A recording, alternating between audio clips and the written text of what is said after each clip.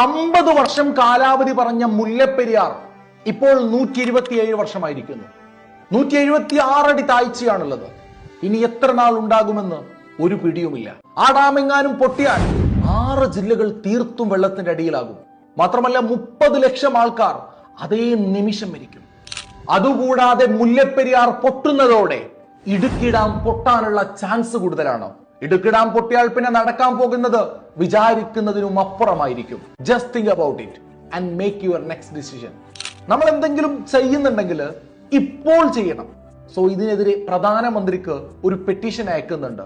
അതിന് 20 ലക്ഷം ആൾക്കാരുടെ online registration വേണം. സോ ഈ വീഡിയോയിൽ കാണുന്ന ഈ QR കോഡ് സ്കാൻ ചെയ്ത് ഇപ്പൊ തന്നെ രജിസ്റ്റർ ചെയ്യുക. നമ്മുടെ കേരളത്തെ രക്ഷിക്കാൻ എല്ലാവരിലേക്കും ഈ സന്ദേശം അയക്കുക.